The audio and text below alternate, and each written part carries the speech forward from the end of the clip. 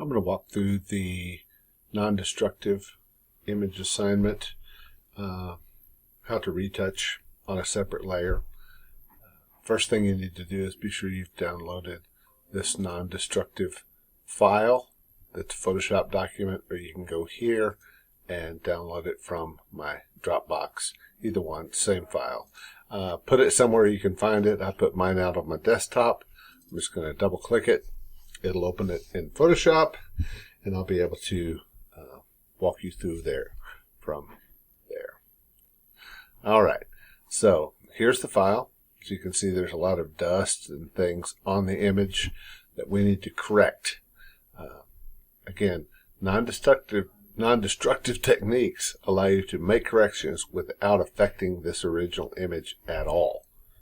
There's nothing that changes if we don't resize it.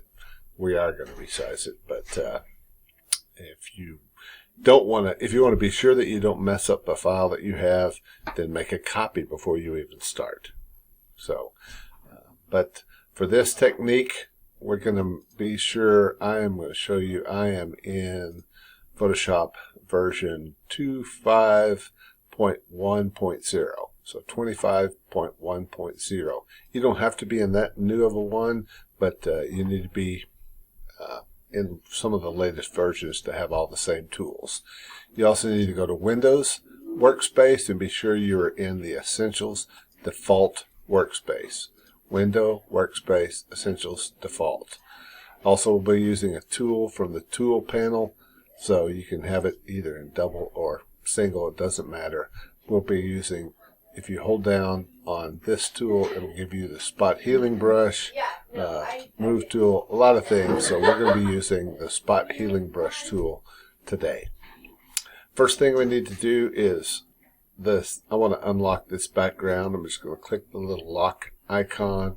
I'm going to come to the bottom of this tool panel, or this layers panel, and click the little checkbox or the plus box, and it'll give me another layer. I'm going to double click that and call that corrections.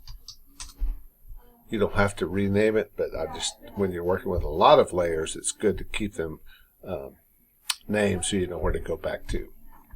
Now what we're going to do is we're going to make the corrections on this layer, even though we're going to use the pixels from layer 0.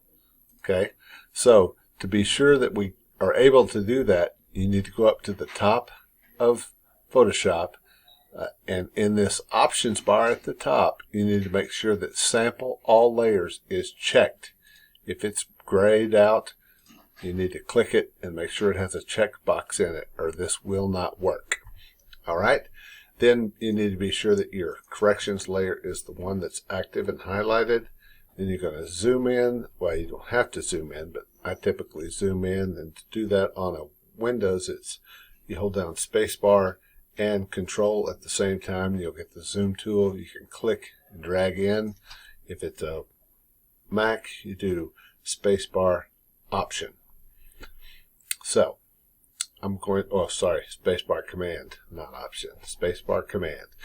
I'm just going to hold down with my mouse using this spot healing tool, and I'm going to just draw over any blemish. Again, we're in the spot healing brush tool. So as we draw, Photoshop uses its artificial intelligence to blend the layers together and remove the blemish that is on the original image. Now, if I were to turn off this corrections layer, the visibility icon here looks like an eye. You can see, excuse me, the original image below. If I turn off the original image, we just see the areas that we have done blemish correction on. So you'll want to go through and at least every dust spot we want to take off.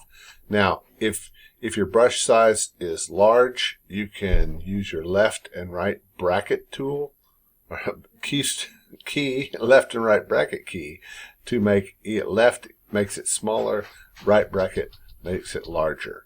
You kind of want to have your brush be about the size a little bit larger of whatever it is you want to correct. Okay, so getting too large, it affects too much, and you don't get the option or the results that you want, usually. So I'm going to go through and just remove something. I'm trying to get all the dust. We'll do that. Again, we can still turn off the visibility, and we can see that. If we want to see the whole image, you can just double click the hand tool, turn it back on. We see, oh, we've cleaned it up quite a bit.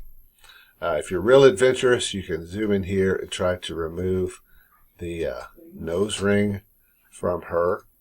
Okay, so again, be on the spot healing brush, and I would just have to try to make it, let Photoshop do its magic and take this nose ring out of her.